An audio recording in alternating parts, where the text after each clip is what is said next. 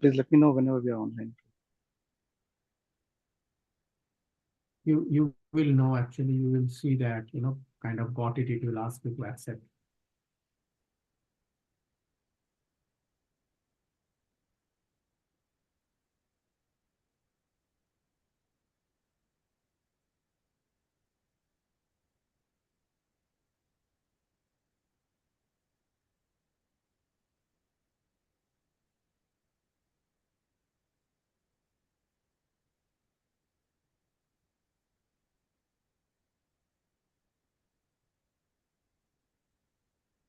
I think you are already live. You can start your session for them. Make you co-host, and I will also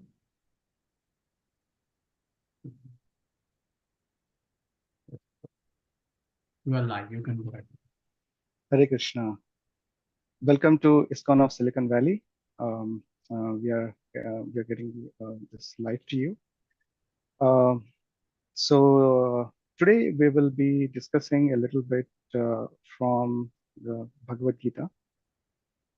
Bhagavad Gita, as we know, is a cherished literature read by thousands and millions of people all over the whole world. So we'll begin with a short kirtan, and then we'll dive right into today's topic. So as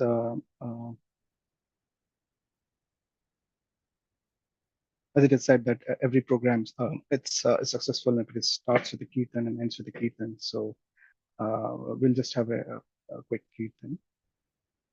Namo Vishnu Padaya Krishna Prestaya Bhutale Srimate Bhaktivedanta Swami Niti Namine Namaste Saraswate Deve Gauravani Pracharine Vishesha Shunyava Pashatya Deshatarine Jai Shri Krishna Chaitanya Prabhu Nityananda Shri Advaita Gadadhar Shivasa Gaura Bhakta Vrinda Hare Krishna Krishna Krishna Hare Hare Rama Rama Rama Hare Krishna Krishna Krishna Hare Hare Hare Rama Rama Rama Hare Krishna Krishna Krishna Hare Hare Hare Rama Rama Rama Hare Krishna Krishna Krishna Hare Hare Rama Rama Rama Jaya Prabhupada Jaya Prabhupada Prabhupada Jaya Prabhupada Jaya Prabhupada Jaya Prabhupada Jaya Prabhupada Jaya Prabhupada. Thank you so much. Prabhu, do you have the prayers that we can put? If you can share the prayers. Mangalacharan prayers, Prabhu. Yes, yes, Prabhu.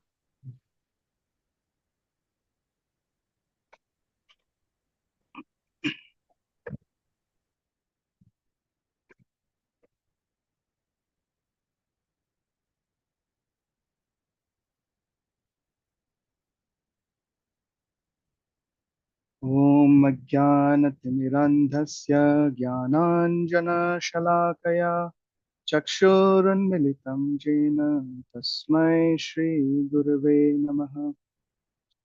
श्रीचैतन्यमनोभीष्टं स्थापितं येन भूतले स्वयं रूपः कदा मह्यं ददाति स्वपदान्तिकम्। वन्देऽहं श्रीगुरो श्रीयुतपदकमलं श्रीगुरोन् वैष्णवांश्च श्रीरूपं साग्रजातां सहगण रघुनाथान्वितां तं सजीवं साद्वैतं सावधूतं परिजनसहितं कृष्णचैतन्यदेवं श्रीराधा कृष्णपादान् सहगण ललिता श्रीविशाखान्वितांश्च हे कृष्ण करुणा सिन्धु दीनबन्धु जगत्पते गोपेश गोपिका कान्ता राधा कान्ता नमस्तुते तप्त काञ्चन गौराङ्गी राधे वृन्दावनेश्वरी वृषभानुसुते देवी प्रणमामि हरिप्रिये वाञ्छाकल्पतरुभ्यश्च कृपा सिन्धुभ्य एव च पतितानां पावनेभ्यो वैष्णवेभ्यो नमो नमः। श्रीकृष्ण चैतन्य प्रभु नित्यानंद श्री अद्वैत गदाधर शिवासदि गौरभक्तवृंद हरे कृष्णा कृष्णा कृष्णा हरे हरे हरे राम राम राम हरे। Thank you so much, Ru. So we'll start today by doing CHAD. So CHAD stands for Chapter a Day, which is basically reciting one chapter of Bhagavad Gita, which is either the verses or the translations. So we'll do the verses today, and I will start sharing this.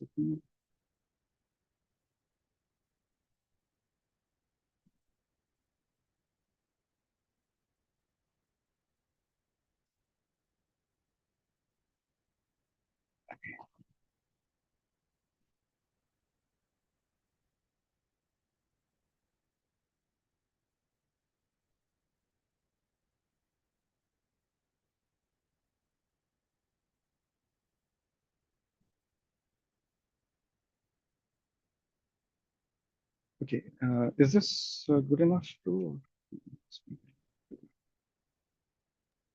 So this chapter 9 is entitled The Most Confidential Knowledge.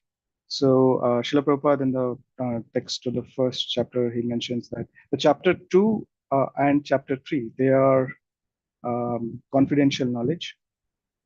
They are confidential because Krishna, when he's, first of all, the Bhagavad Gita is a setting where there is a war, there is a sort of a war between two parts of the family, the Pandavas and the Kauravas.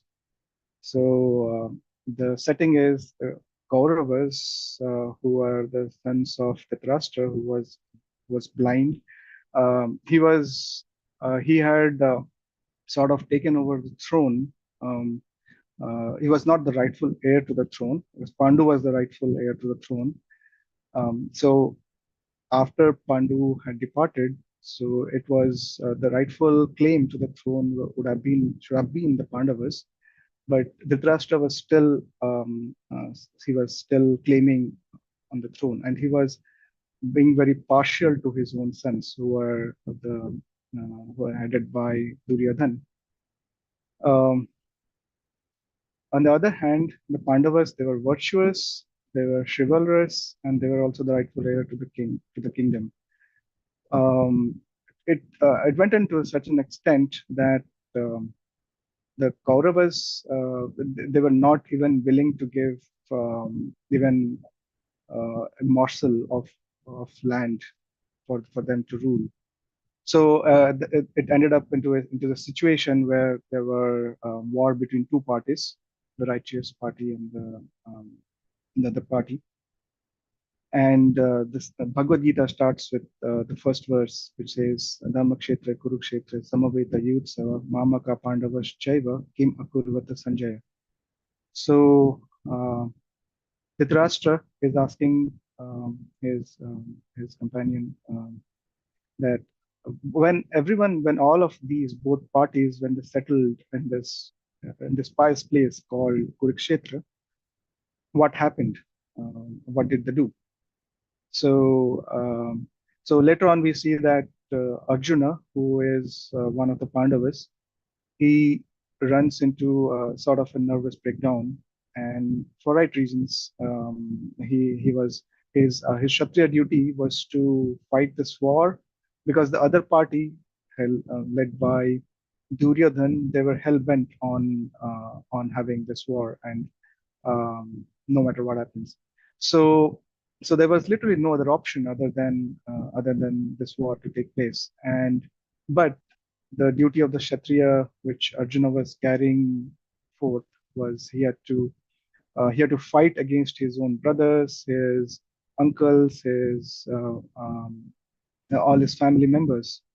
So he had sort of the situation where he didn't want to wage this war, and he, he said that I would rather go begging. I better just forget everything. But Krishna, he is he is giving this Atma Tattva Gyan, and he starts with the second chapter. In the second chapter, Krishna is first thing Krishna says is, "Where did all this come in this hour of need? Um, where did you get this mala or this sort of impurity in your heart at this time?" And then Krishna starts to explain that never was there a time when they didn't exist, the kings didn't exist, everybody existed. And he starts with the permanence of the soul, Krishna says, and then how the soul sort of migrates, just as a person would cast off an old garment and take on a new garment. So similarly, the living entity, he casts off this body and then takes on a new body. So, so Krishna gave this knowledge of the soul, and sort of the second chapter is sort of a summary, and the third. So Krishna essentially says the second and the third chapters are like sort of confidential knowledge. Then he goes in the seventh chapter and eighth chapter. Um, he tells them as more confidential knowledge, whereas this ninth chapter is called Rajagurya Yoga, or the most confidential knowledge. Why? Because Krishna is going to give the, the cream de la cream, sort of the um, bhakti yoga, which is the most the pinnacle of that can be achieved. And so that is what is mentioned in this chapter of bhakti yoga. So we'll do maybe we'll just do the verses, and maybe we'll also come back to do the meanings as well. So we'll start off chapter 9, the most confidential knowledge, text 1. Shri Bhagavan Vacha Idam tu te guhyatamam pravakshyami anusuyave jnanam vijnana sahitam yajñatva mokshase shubhat rajavidya rajaguhyam pavitram idamuttamam pratyakshvapagamam dharmyam susukham kartum avyayam अश्रद्धधाना पुरुषा धर्मस्यास्य परन्तप अप्राप्य मां निवर्तन्ते मृत्यु संसारवत्मनि मया ततम् इदं सर्वं जगत् अव्यक्तमूर्तिना मत्स्थानि सर्वभूतानि न चाहं तेष्वस्थितः न च मत्स्थानि भूतानि पश्य मे योगमेश्वरम् भूतभृन्न च भूतस्थो ममात्मा भूतभावना यथाकाशो स्थितो नित्यं वायुः सर्वत्र गो महान् तथा सर्वाणि भूतानि मत्स्थानीति उपधारय सर्वभूतानि कौन्तेय प्रकृतिं यान्ति मामिकाम् कल्पक्षये पुनस्तानि कल्पादौ विसृजाम्यहम् प्रकृतिं स्वामवष्टभ्य विसृजामि पुनः पुनः भूतग्राममिमं कृष्णम् अवसं प्रकृतेर्वसात् न च मां तानि कर्माणि निबध्नन्ति धनञ्जय उदासीन वदासीनम् असक्तं तेषु कर्मसु मया दक्षेण प्रकृतिः सूयते सचराचरम् हेतुनानेन कौन्तेय जगद् परिवर्तते अवजानन्ति मां मूढा मानुषं तनुमाश्रितम् परं भावमजानन्तो मम भूतमहेश्वरम् मोघाशामोघकर्माणो मोघज्ञानाविचेतसः राक्षसीम् आसुरीं चैव प्रकृतिं मोहिनीं श्रिता महात्मानस्तु मां पार्थ दैवीं प्रकृतिमाश्रिता भजन्ति अनन्यमनसो ज्ञात्वा भूतादिमव्ययम् सततं कीर्तयन्तो मां यतन्तश्च दृढव्रता नमस्यन्तश्च मां भक्त्या नित्ययुक्ता उपासते ज्ञानयज्ञेन चाप्यन्ये यजन्तो मामुपासते एकत्वेन पृथक्त्वेन बहुधा विश्वतो मुखम् अहं क्रतुरहं यज्ञ स्वधाहम् अहम् औषधम् मन्त्रोऽहम् अहम् एवाज्यम् अहम् अग्निरहं हुतम् पीताहमस्य जगतो माता धाता पितामहः वेद्यं पवित्रमोङ्कार ऋक्साम यज एव च गतिर्भर्ता प्रभु साक्षी निवास शरणं सुहृत् प्रभवः प्रलयस्थानं निधानं बीजमव्ययम् तपाम्यहम् अहं वर्षं निगृह्णामि सृजामि च अमृतं चैव मृत्युश्च सद् असच्चाहम् अर्जुन त्रैविद्यमां सोमपाः पूतपापा यज्ञैर्विश्वा स्वार्गतिं प्रार्थयन्ते ते पुण्यमासाद्य सुरेन्द्रलोकम् अश्नान्ति दिव्यान् दिवि देव भोगान् ते तं भुक्त्वा स्वर्गलोकं विशालं क्षिणे पुण्ये मर्त्यलोकं विशन्ति एवं त्रयी धर्ममनुप्रपन्ना गतागतं कामकामा लभन्ते अनन्याश्चिन्तयन्तो मां ये जना पर्युपासते तेषां नित्याभियुक्तानां योगक्षेमं वहाम्यहम् येऽपि अन्यदेवता भक्ता यजन्ते श्रद्धयान्विता तेऽपि माम् एव कौन्तेय यजन्ति अविधिपूर्वकम् अहं हि सर्वयज्ञानां भोक्ता च प्रभुरेव च न तु माम् अभिजानन्ति तत्त्वेनातश्च ते यान्ति देवव्रता देवान् पितॄन् यान्ति पितृव्रता भूतानि यान्ति भूतेज्य यान्ति मद्याजिनोऽपि माम् पत्रं पुष्पं फलं तोयं यो मे भक्त्या प्रयच्छति तद् अहं भक्त्युपरतम् अश्नामि प्रतात्मनः यत्करोषि यदश्नासि यज्जुहोसि तदासि यत् तत् तपस्यसि कौन्तेय तत् कुरुष्व मदर्पणम् शुभाशुभफलैरेवं मोक्ष्यसे कर्मबन्धने संन्यासयोगयुक्तात्मा विमुक्तो मामुपैष्यसि समोऽहं सर्वभूतेषु न मे द्वेष्योऽस्ति न प्रियः ये भजन्ति तु मां भक्त्या मयि ते तेषु चाप्यहम्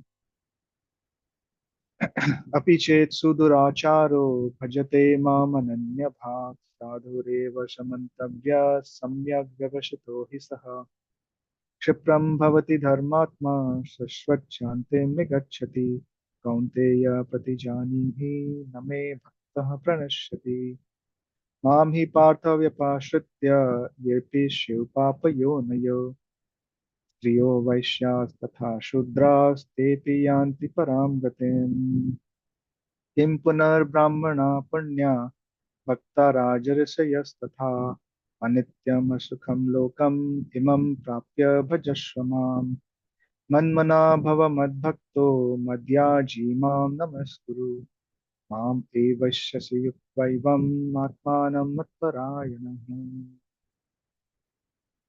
Okay. So um, we'll start with the reading from the first verse of this chapter, as we discussed. So this middle six verses of the Bhagavad Gita, they teach about Bhakti Yoga. And we'll see why this chapter is called um, confidence, the most confidential knowledge. So Bhagavad Gita is sort of an open secret, and it's a mercy of Srila Prabhupada that we have this message sort of translated into English and available to us so that we can access it. So the first verse, Shri Bhagavan Uvacha, Idam tute guhyatamam pravakshyami anusuyave jnanam vijnana sahitam yad jnatva mokshashe shubha. Synonyms. Shri Bhagavan Uvacha, the Supreme Personality of Godhead said, Idam, this, to, but, te, unto you, Guhyatamam, the most confidential, Pravakshyami, I am speaking, Anusuyave, to the non-envious. Jnanam, knowledge, Vijnana, realized knowledge, Sahitam, with, yet, which, Jnatva, knowing, Moksha say you will be released, Ashubhat, from this miserable material existence. So, a few things to note in this in the words word to word translation that Srila Prabhupada has given us. So, first thing is the word anusuyave, which translates Srila Prabhupada translates as to the non-envious. So Krishna is telling this. This is one of the qualifications. Krishna is telling this important message. This guhya tamam. Guhya tamam is the most confidential. Guhya means confidential, and tamam means it's the most confidential. So this most confidential knowledge is told to whom? It is told to those who are non-envious. And this is the special qualification of Arjuna because he was a devotee and he was non-envious. So Krishna is speaking this message to Arjuna, and then he says Jnanam Vijnanam Sahitam, along with Jnana and Vijnana. So Vijnana is translated as realized knowledge. So there is first of all knowledge, and when the knowledge is applied, it becomes realized knowledge. For example, um, one may um, one may read in theory. For example, in a chemistry class, um, one may understand that hydrogen plus oxygen gives water, but when one does a practical experiment, that when one combines hydrogen plus oxygen, we get water. So that one gets actual realization of how things are. So this was a sort of a good example, but yeah, you get the point. Okay, so translation by His Divine Grace, A.C. Bhaktivedanta Swami Srila Prabhupada. The Supreme Personality of Godhead said, My dear Arjun, because you are never envious of me, I shall impart to you this most confidential knowledge and realization, knowing which you shall be relieved of the miseries of material existence. So purport by His Divine Grace, A.C. Bhaktivedanta Swami Prabhupada. As a devotee hears more and more about the Supreme Lord, he becomes enlightened. This hearing process is recommended in the Srimad Bhagavatam. The messages of the Supreme Personality of Godhead are full of potencies, and these potencies can be realized if topics regarding the Supreme Godhead are discussed amongst devotees. This cannot be achieved by the association of mental speculators or academic scholars, for it is realized knowledge. The devotees are constantly engaged in the Supreme Lord's service. The Lord understands the mentality and sincerity of a particular living entity who is engaged in Krishna consciousness and gives him the intelligence to understand the signs of Krishna in the association of devotees. Discussion of Krishna is very potent, and if a fortunate person has such association and tries to assimilate the knowledge, then he will surely make advancement towards spiritual realization. Lord Krishna, in order to encourage Arjuna to higher and higher elevation in his potent service, describes in this ninth chapter matters more confidential than any he has already disclosed. The very beginning of the Bhagavad Gita, the first chapter, is more or less an introduction to the rest of the book. And in the second and third chapters, the spiritual knowledge described is called confidential. Topics discussed in the seventh and eighth chapters are specifically related to devotional service, and because they bring enlightenment in Krishna consciousness, they are called more confidential.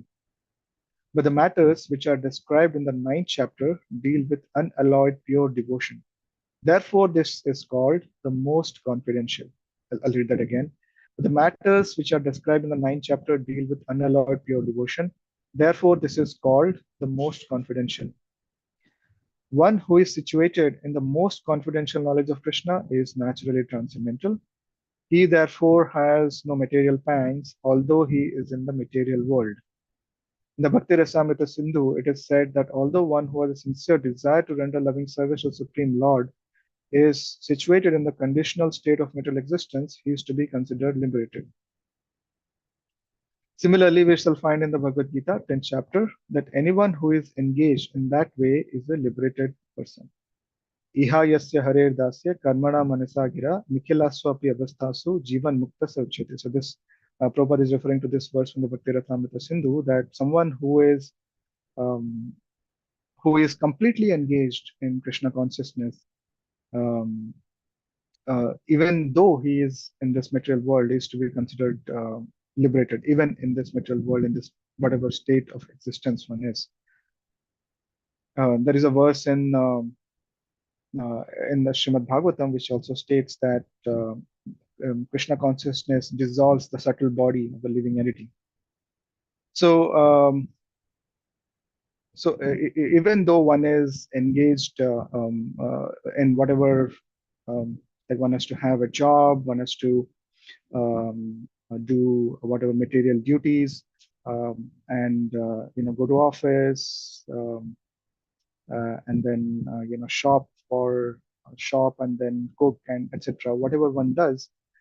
So if one is situated on this status, on this platform of pure devotional service, as per this verse, as per Rupa Goswami, one is to be considered liberated. Now, this first verse has specific significance. The words idam jnanam, this knowledge, refer to pure devotional service, which consists of 9 different activities: hearing, chanting, remembering, serving, worshipping, praying, obeying, maintaining friendship, and surrendering everything. By the practice of these 9 items of devotional service, one is elevated to spiritual consciousness or Krishna consciousness. When one's heart is thus cleared of material contamination, one can understand the signs of Krishna. Simply to understand that a living entity is not material is not sufficient. That may be the beginning of spiritual realization. But one should recognize the difference between activities of the body and the spiritual activities of one who understands that he is not the body. So, Srila Prabhupada is saying about there are 9 different activities that are recommended, and each one of them are equally potent. Even if one at least hooks on to one of these 9 different activities, because they are Shravanam, Kirtanam, um,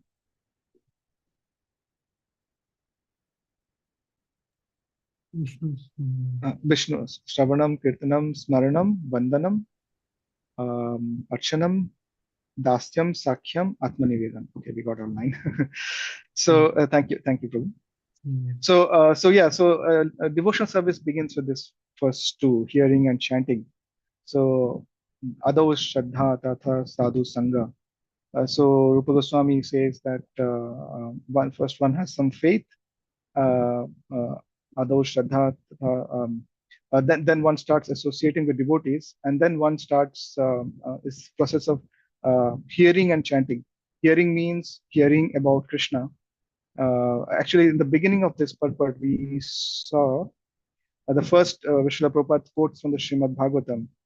As a devotee hears more and more about the Supreme Lord, he becomes enlightened. Actually, this is a secret about cleansing the heart.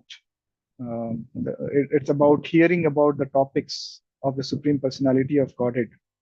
And because the messages of the Supreme Personality of Godhead are full of potencies, and these potencies can be realized if the topics regarding the Supreme Lord are discussed amongst devotees. So hearing and chanting, hearing about Krishna's name and chanting. So in the first verse of Siksashtakam, we see Cheto Darpana Marjanam Bhava Maha Davagni Nirvapanam. So Cheto Darpana Marjanam. So Chaitanya Mahaprabhu, who is none other than Krishna himself, so who advented 500 years ago. So he says that Cheto Darpana Marjanam, this process of chanting, the chanting of the Hare Krishna Maha Mantra, which is Hare Krishna, Krishna Krishna, Hare Hare, Hare Rama, Rama Rama, Hare Hare. So iti Shodashakam Nam Kali Kalmasha Nasanam. So in the Shastras, it is described that these 16 word mantra, 16 word, 32 syllables mantra, consisting of three words, Hare, Krishna, and Rama. So Hare is a way of uh, referring to the energy of the Lord. Oh Hara, so it's energy of the Lord. Krishna means all attractive, and Rama means the reservoir of pleasure. So this mantra in total means, "Oh Lord, I need help. Please engage me in your service." So this process of chanting, Chaitanya Mahaprabhu has mentioned Cheto Darpana Marjanam, that as one continues this process of chanting, slowly and steadily, one's heart gets cleansed. And we have seen this time and again when Srila Prabhupada in contemporary times um, he started preaching in New York City. All he had was the mantra. He sat down in New York City in a park, and then he started chanting, and then gradually more and more devotees started joining him, and then this movement took off, and then so this process of chanting is very powerful. Chanting means chanting the Hare Krishna Mahamantra, and it can be chanted in the form of japa, meaning you can chant it on your beads, or you can sing it just as we did in the beginning of the class. So hearing and chanting. So these are two very important processes. And then we have remembering about Krishna. So Srila Prabhupada has given us this book, which is called the Krishna book. So in this book, Srila Prabhupada has described 90 chapters describing all the pastimes of Krishna. So as one goes through the book, then one can remember about the pastimes of Krishna, and then serving, um, worshipping is Vandanam. Then we have praying. Srimad Bhagavatam has a lot of these prayers. In the first chapter itself, we see the prayers of Queen Kunti. We see prayers of Vishmadev.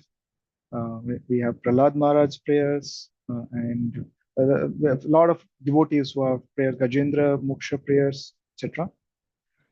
And then Dasyam, or obeying. So we have Hanumanji, who perfected his life by the process of servitude. Then maintaining friendship. We have Arjuna, who had perfected his life, the process of maintaining friendship and surrendering everything. So these practice of 9 devotional service are very potent, and yeah, beginning with hearing and chanting. Okay, let's continue. In the 7th chapter, we have already discussed the opulent potency of the Supreme Personality of Godhead, his different energies, the inferior and superior natures, and all this material manifestation. Now in chapter 9, excuse me, now in chapter 9, the glories of the Lord will be delineated. The Sanskrit word Anusuyave in this verse is also very significant. Generally, the commentators, even if they are highly scholarly, are all envious of Krishna, the Supreme Personality of Godhead. Even the most erudite scholars write on Bhagavad Gita very inaccurately. Because they are envious of Krishna, their commentaries are useless.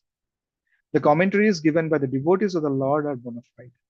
No one can explain Bhagavad Gita or give perfect knowledge of Krishna if he is envious. One who criticizes the character of Krishna without knowing him is a fool. Such commentaries should be very carefully avoided. For one who understands that Krishna is the Supreme Personality of Godhead, the pure and transcendental personality, these chapters will be very beneficial. So there is a verse which Sanatan Goswami has said, um, which means that if there is milk that has been touched by the fangs of a serpent, it is poisonous. That needs to be avoided. So similarly, those who are non-devotees of Krishna, so one should avoid reading the commentaries, etc., because it will have the opposite effect. Okay, so I just wanted to share a couple of few thoughts about the miseries of material existence. Um, there are actually three miseries of material existence. They are called the threefold miseries. The first kind of miseries are the miseries caused by one's own mind and senses. They're called as adhyatmic klesha, three kleshas or miseries. So the one is basically one can see that one's own mind at various points. Sort of the function of the mind is just accepting and rejecting. It doesn't it tries to bounce around the living entity across various situations in the material existence, and it's a source of misery for the living entity. um, and the senses, they always are pulling the living entity across for various they want the senses are naturally attracted towards the sense objects, and they sort of um, make the living entity wander from pillar to post. And then we have some miseries because of um, other living entities. So if someone says, okay, I don't have any miseries from there'll be a mosquito or there is some bug. Just a small bug can cause havoc. Um, there's a small bacteria. It's very minuscule. We can't even see with our eyes, and then it gets in. Then one gets a stomach bug, and then food poisoning and whatnot. Um, so yeah, so this is the misery of miseries by other living entities, and then there are miseries by um, um, adi adi bhautik, Adidaivik, excuse me. So Adidaivik means the misery is caused by natural causes. Like in California, there is um, wildfires. Like entire communities are sometimes obliterated within minutes. There are other places where there are earthquakes, then there are tsunamis, and so on and so forth. So there are all these miseries that are in this living entity, that living entity faces in this in this world. So Krishna is saying here that this knowledge will actually give relief from the miseries of material existence. So in the first verse that we quoted from the Chaitanya from Chaitanya Mahaprabhu's Siksashtakam, he says, "Cheto darpana marjanam bhava mahadavagni nirvapanam." He says, Bhava means this existence. Mahadavagni. So Agni means fire. Davagni means like great fire. Mahadavagni is like it's this intolerable fire. It's sometimes we have seen that, or rather we have read or heard about it, that when there is a forest fire, that even it's so intense, the heat is so intense that sometimes even a bicycle burns. Now, how can a bicycle burn? But that's the intense heat that comes, and then we see metals, wheels and tires of cars just melting away, or just the charred remains of the car. Entire houses burned to the ground. Nothing there. Everything is burnt. So that's how Mahadavagni is. And the material world is compared to a Mahadavagni. It's like a forest fire.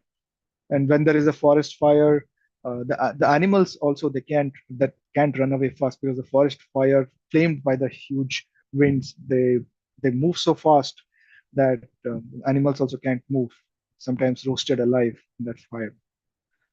So cheto darpana marjanam bhava mahadavagni nirvapanam. So This chanting of Hare Krishna actually gives relief from this process of of chanting, hearing about Krishna, this knowledge that Krishna is going to speak. This gives us relief from these sort of miseries of material existence. Okay, so we will do maybe one more verse. So 9.2. Rajavidya Rajaguhyam Pavitram Idam Uttamam Pratyakshavagamam Dharmyam Susukham Kartum Avyayam.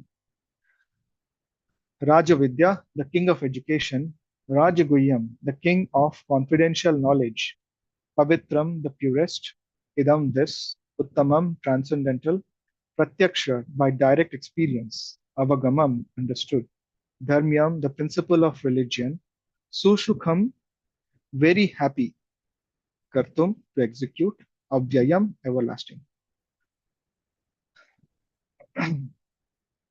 So now Krishna is saying, in the translation by A.C. Bhaktivedanta Swami Srila Prabhupada, Srila Prabhupada Ki Jai. This knowledge is the king of education, the most secret of all secrets. It is the purest knowledge, and because it gives direct perception of the self by realization, it is the perfection of religion. It is everlasting and it is joyfully performed. So we'll see in the purport how Srila Prabhupada explains why it is Susukham Kartum Abhyayam. Susukham means this process that Krishna is explaining, it is not only giving you relief, not only giving us relief from this Mahadavagni, from this intense forest fire, it is also very happy to perform. It is very joyful to execute. Now, who would not want to do this?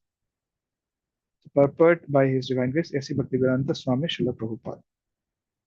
This chapter of Bhagavad Gita is called the King of Education because it is the essence of all doctrines and philosophies explained before.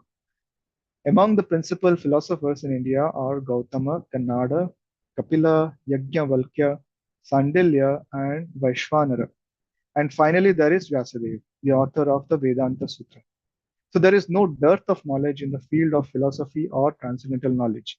Now the Lord says that this ninth chapter is the king of all such knowledge, the essence of all knowledge that can be derived from the study of the Vedas and different kinds of philosophy.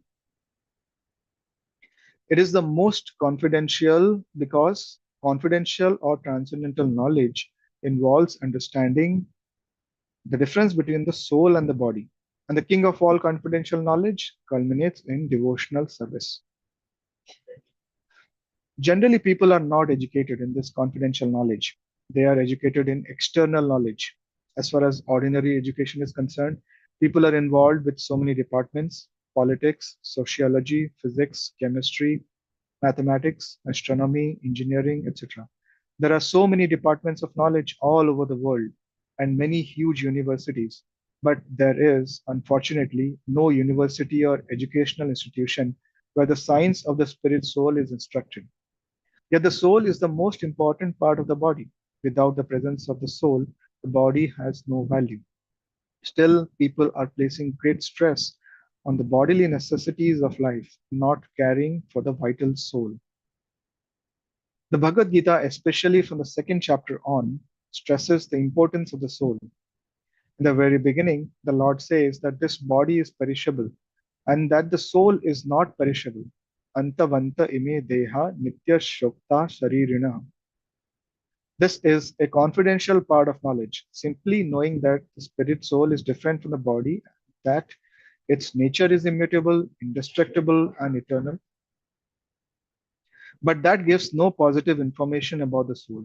Sometimes people are under the impression that the soul is different from the body, and that when the body is finished or one is liberated from the body, the soul remains in a void and becomes impersonal. But actually, that is not a fact. How can the soul, which is so active within this body, be inactive after being liberated from the body? It is always active. If it is eternal, then it is eternally active. And its activities in the spiritual kingdom are the most confidential part of spiritual knowledge. These activities of the spirit soul are therefore indicated here as constituting the king of all knowledge, the most confidential part of all knowledge. This knowledge is the purest form of all activities as explained in Vedic literature.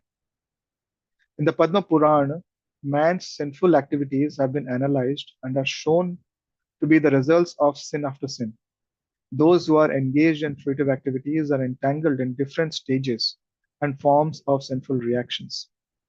For instance, when the seed of a particular tree is sown, the tree does not appear immediately to grow. It takes some time. It is first a small sprouting plant, then it assumes the form of a tree, then it flowers and bears fruit. And when it is complete, the flowers and fruits are enjoyed by persons who have sown the seed of a tree. Similarly, similarly, a man performs a sinful act, and like a seed, it takes time to fructify. There are different stages. The sinful action may have already stopped within the individual, but the results of the fruit of that sinful action are still to be enjoyed. There are sins which are still in the form of a seed, and there are others which are already fructified and are giving us fruit, which we are enjoying as distress and pain. As explained in the 28th verse of the 7th chapter, a person who has completely ended the reactions of all sinful activities and who is fully engaged in pious activities, being freed from the duality of this material world, becomes engaged in devotional service to the Supreme Personality of Godhead Krishna. In other words, those who are actually engaged in the devotional service of the Supreme Lord are already freed from all reactions. This statement is confirmed in the Padma Puran. अप्रारब्ध फलम पापम कूटम बीजम फलोन्मुखम क्रमेणैव प्रलीयेत Vishnu Bhakti Ratatmanam. For those who are engaged in the devotional service of the Supreme Personality of Godhead, all sinful reactions, whether fructified in the stalk or in the form of a seed, gradually vanish. Therefore, the purifying potency of devotional service is very strong and it is called Pavitram Uttamam, the purest. Uttama means transcendental, tamas means this material world or darkness, and Uttama means that which is transcendental to material activities. Devotional service are never to be considered material, although sometimes it appears the devotees are engaged just like ordinary men. One who can see and is familiar with devotional service will know that they are not material activities. They are all spiritual and devotional, uncontaminated by the material modes of nature. We'll just read this last section and end this here. This is a big purport. It is said that the execution of devotional service is so perfect that one can perceive the results directly. This direct result is actually perceived, and we have practical experience that any person who is chanting the holy names of Krishna, Hare Krishna, Krishna Krishna, Hare Hare, Hare Rama, Rama Rama, Hare Hare, in course of chanting without offenses feels some transcendental pleasure and very quickly becomes purified of all material contamination. This is actually seen. Furthermore, if one engages not only in hearing but in trying to broadcast the message of devotional activities as well, or if he engages himself in helping the missionary activities of Krishna consciousness, he gradually feels spiritual progress. This advancement in spiritual life does not depend on any kind of previous education or qualification. The method itself is so pure that by simply engaging in it, one becomes pure. So, yeah, we see here this verse from the Padma Puran, Aprarabdha phalam papam, kutam bijam phalonmukham, krameneva prali veta, Vishnu bhakti ratatmanam. Devotional service is so pure. Um, so in the Brahma Samhita, it is stated, Karmani nirdhati kintu cha bhakti bhajam. So just by doing this devotional service, um, even the ones that so all kinds of sinful activities aprarabdha means that which has not fructified, phalam papam, kutam bijam, so that which are in the seed form or those who are just in stock, for example. So all of them they are kameneva praliyate, just by Vishnu bhakti, by doing this process of devotional service, they're all dissolved. So devotional service is so powerful.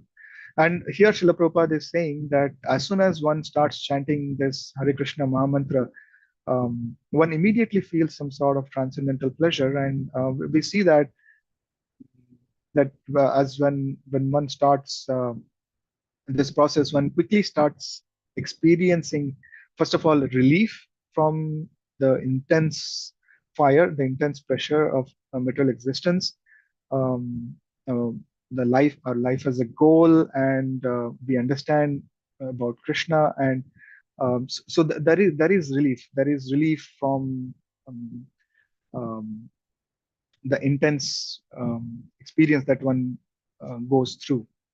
As Bhaktivinoda Thakur says, "Divane si hiwa jale" in one of his famous songs. The day and night, it's an intense experience for the living entity. But just by understanding this process of Bhakti Yoga, this process of Krishna consciousness, one immediately starts feeling relieved. And at the same time, by this process of Krishna consciousness, just by chanting Hare Krishna, one feels transcendental pleasure. So both one gets transcendental pleasure, and then at the same time one gets purified of material contamination. And then, as Srila Prabhupada says, the process of Krishna consciousness is just chant, dance, and be happy. So, and then when we're tired, just take a little prasadam. So this Krishna consciousness process is really very, very sublime. Just by taking prasadam, one can get past all the various kinds of um, uh, um, many thousand yogis who have been meditating for thousands and thousands of years. What they couldn't achieve, one can achieve just by the simple process of taking prasadam. So, so yeah, in summary, um, who would not take such a simple process, and which is so easy? One doesn't have to do a lot of mental gymnastics or physical gymnastics. It's just simply chanting and dancing and feasting. Okay, so we are almost on the top of the hour. So, Prabhu, is there anything, any comments or anything? I will just check online Prabhu quickly. Sure, Prabhu.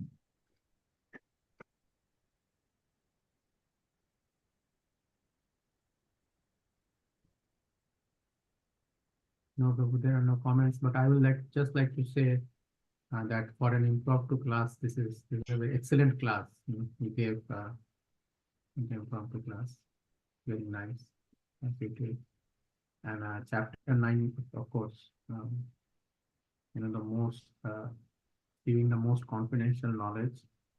And as you said, there is nothing to lose here. Basically, all your past sinful reactions are going away, and while doing that process, you are happy. So, so it is basically double gain on both sides. Yeah, yeah. It's all gain and no loss. Sort of, All gain and no loss. Yes, yeah, that's sort, the phrase. yeah. Sort of double dipping on the positive side.